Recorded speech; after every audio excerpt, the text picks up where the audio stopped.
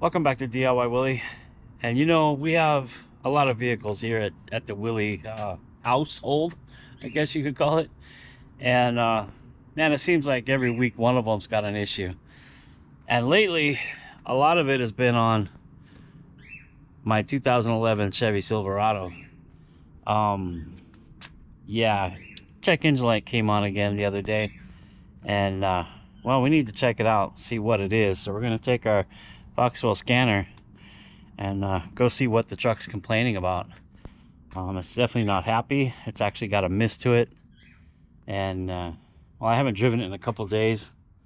And look at this pollen. You see all this pollen that's all over it? This is all pollen from these rains we've had, and it's making a mess on all the vehicles. It makes it crazy for the allergies too. But anyway, it's not what we're here for. Let's take a look at what this code is and see what we can do to fix it. I got to get my truck going again.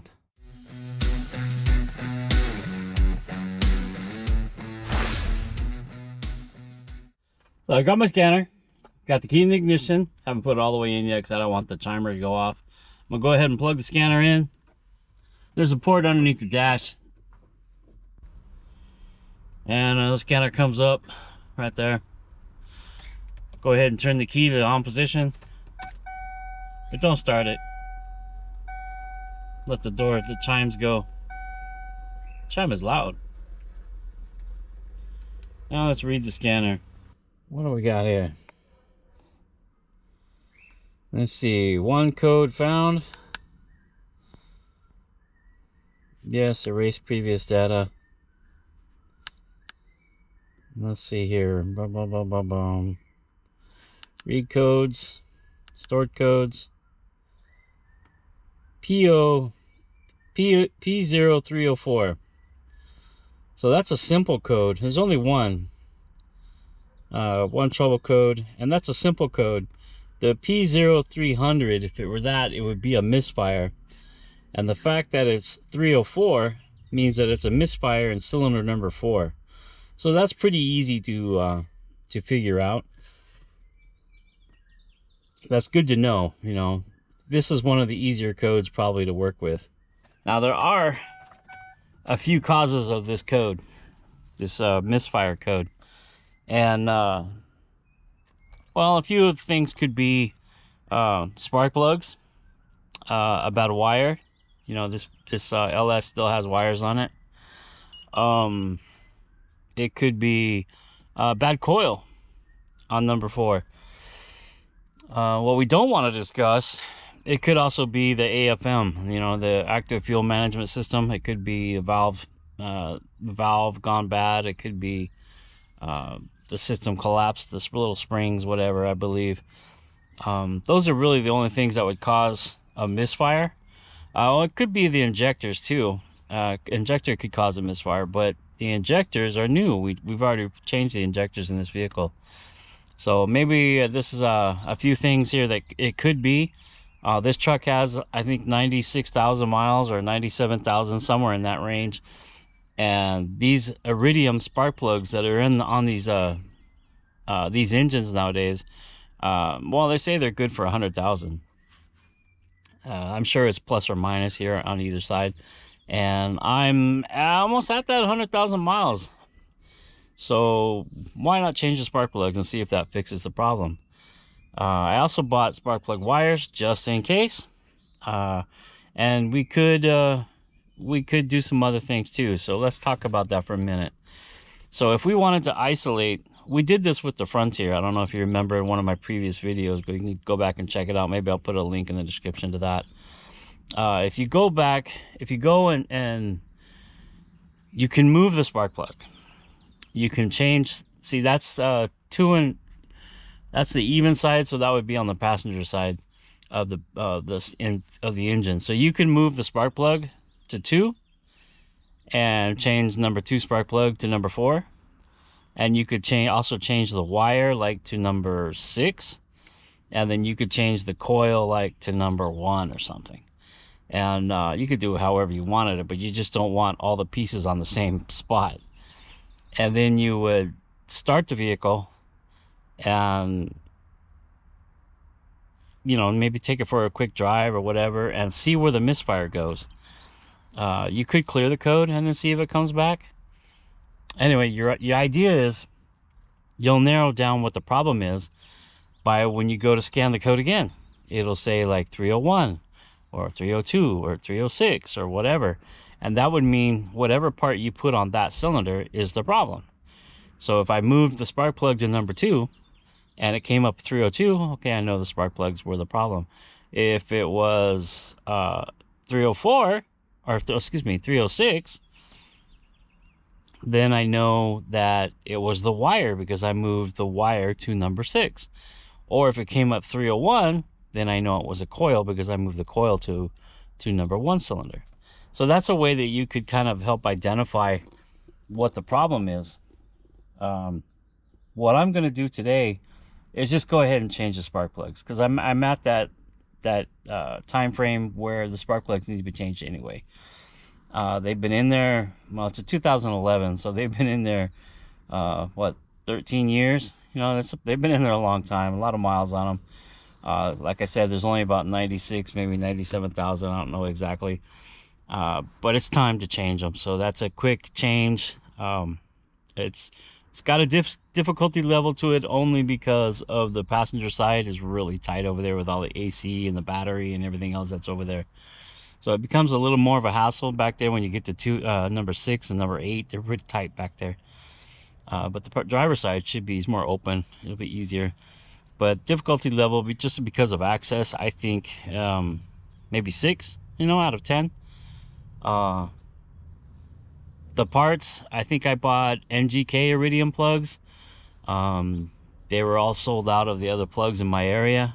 I could have went to the dealer probably and got the AC Delco plugs. But yeah, I just went with the MGK iridium plugs.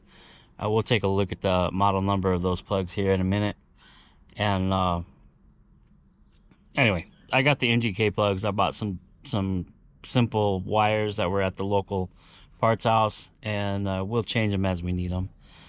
So yeah, I guess we'll take a look at the parts and dive into this. I'm kind of procrastinating a little bit because, man, I don't want to get in there. It's a tight fit on that passenger side, but we got to do it. Got to get the truck on the road. And yeah, let's get going. So here we go. Here's the plugs.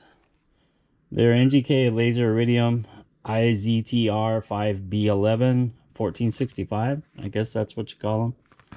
Anyway, I use these plugs in the Frontier. Never had a problem with them. I think I have them in the Scion too. Like I said, I just picked up a quick set of wires to use just in case it's a wire that's bad. I picked up some dielectric grease for the wires. I've got a spark plug plier here to help pull the boots off. It's a 5/8 socket with these plugs, and I got a couple different wrenches. This one is adjustable. This one worked well with the motor mounts. See if it helps me out with the spark plugs. And then I got the big 1/2" wrench for the heavy torque, and when it's really torquey, I got the breaker bar handy. Now these are 3/4 sockets that are on here because this socket fits in there really nice, and it just helps to put this one on the spark plug and then get this one in there and help break them loose. So gotta look at the parts. We got the truck over there, so time to get the 2-step because I'm pretty tall right there. The truck. See if we come up here. The truck is at my chest, so it's pretty tall. I got the 2-step.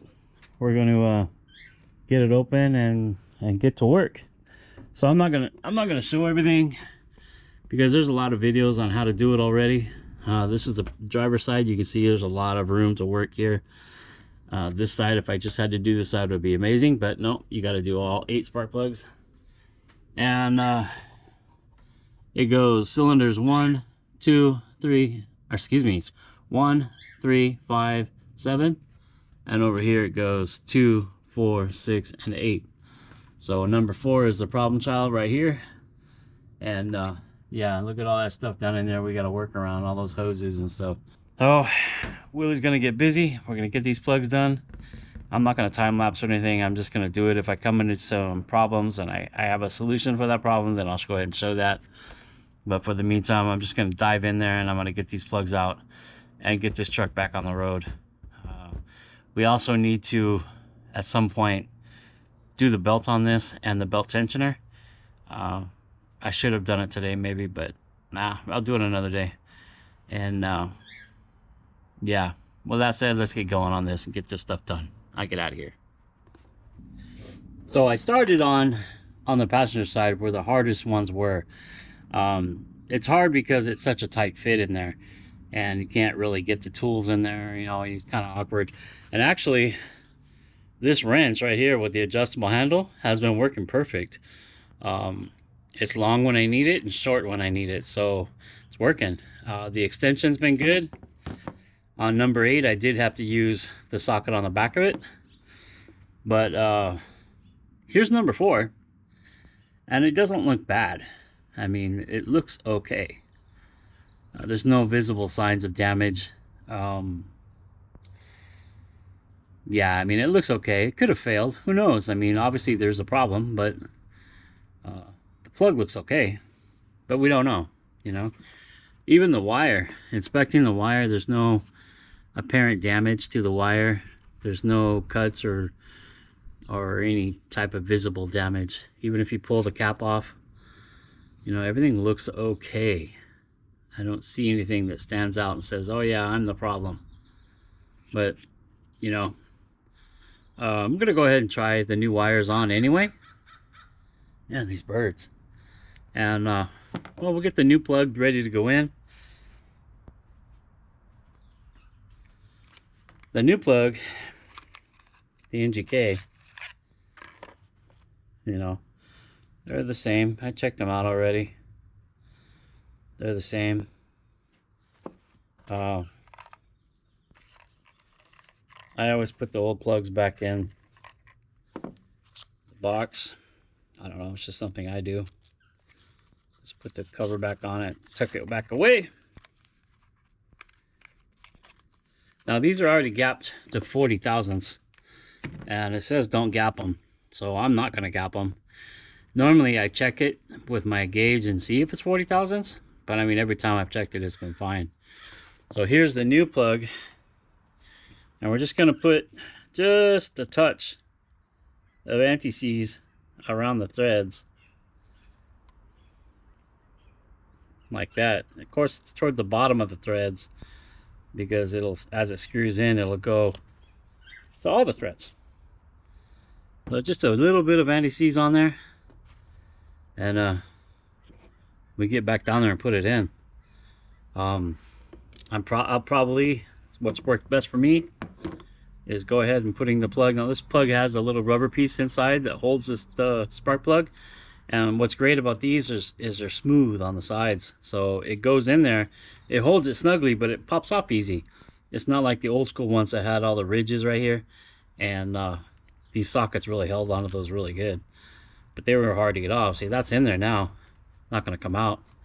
So I'm going to go ahead and get in there and put this one back in.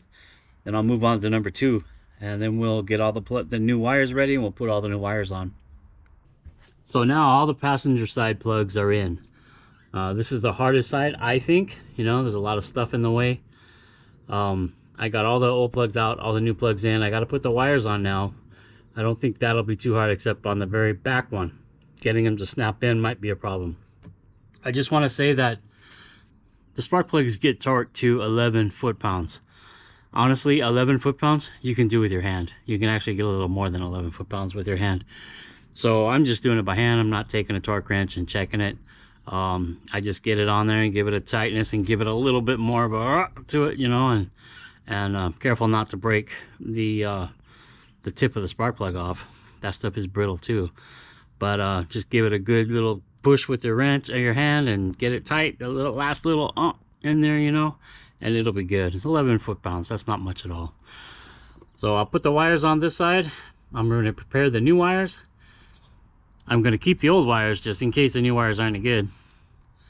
And then we'll move over to the other side and get that side done. And then we'll call this project over. We'll clear the light. We'll start the truck. Preparing the wires. You know, we want these shields to be back on there. It makes them easier to put on, makes them easier to pull them off. And they just basically pull off like that. There's a little indentation that they did when they put them on at the factory. You know, you can kind of place them back on one of the sides just like it was on the new wire. And you know, it fits just like that. Make sure that your hole is center inside, and you're good to go. Now you want to put a little bit of dielectric grease on there inside the plug wire. We'll do that here. It doesn't take much. See if we poke this, open it. It doesn't take much. You just put a little bit inside. You can put it on your finger and then put it inside, and when you put it in the spark, you put the spark plug on, it's gonna go in there nicely.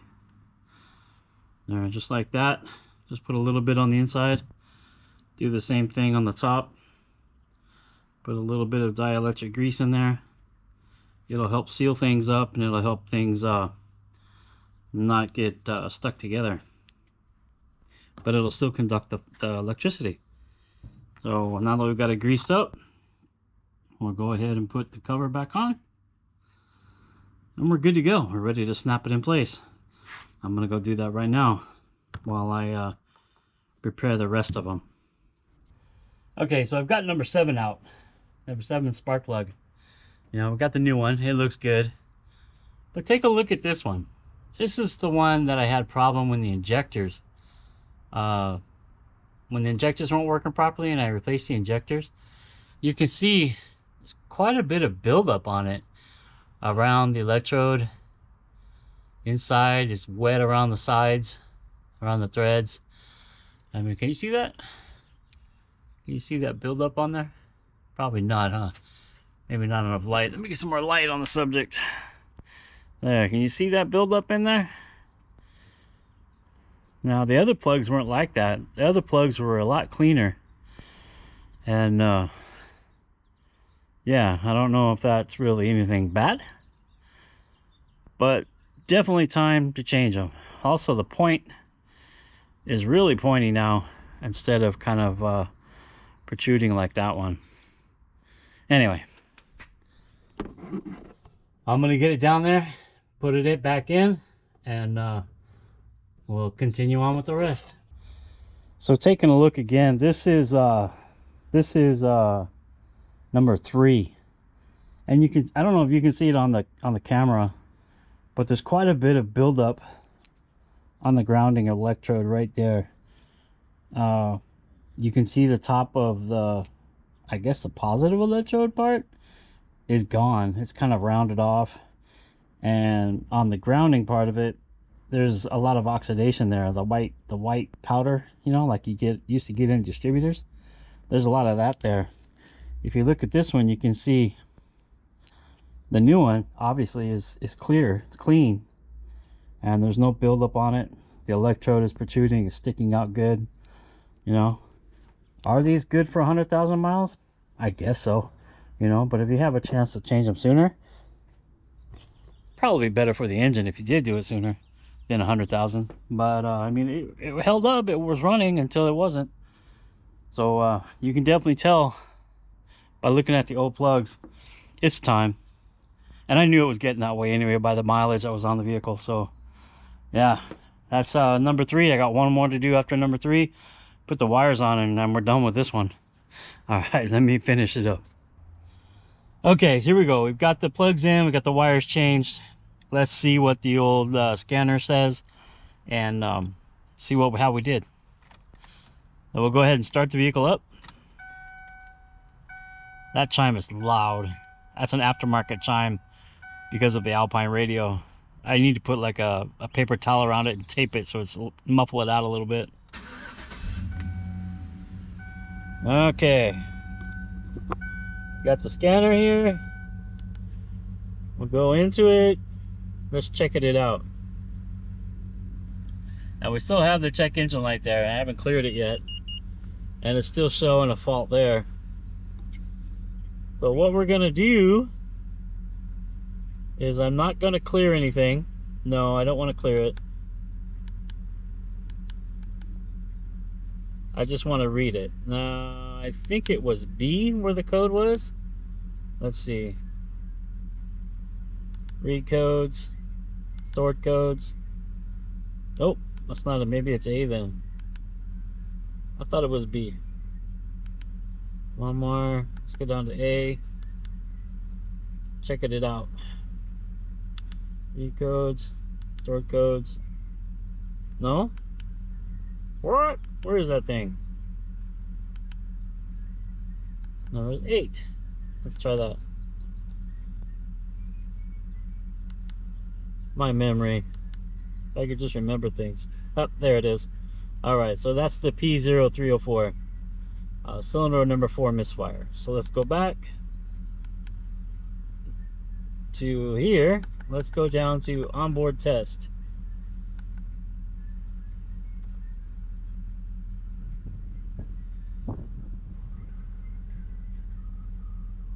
Man, it takes a minute to come up, huh? I mean, the truck sounds good. Seems to be idling smooth. Now let's go down to the cylinders. There we go. And our MisFire was in cylinder number 4. Let's see what it says. MisFire count. Oh, there's 89 MisFires. So this is a test, remember? So it's still got a MisFire in it, if I understand correctly. MisFire count last test, 8. So we're still misfiring. 89.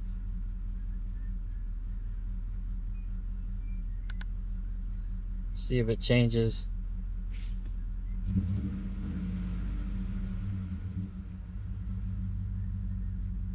Nope. 8. Okay, now let's go look at one of the other cylinders. Let's take a look at 2 right above it, right next to it.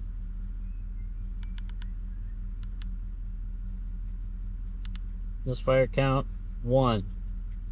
That's a lot better. How about MisFire count last? 1. Okay. I much prefer that reading than the other. Let's go check number 6.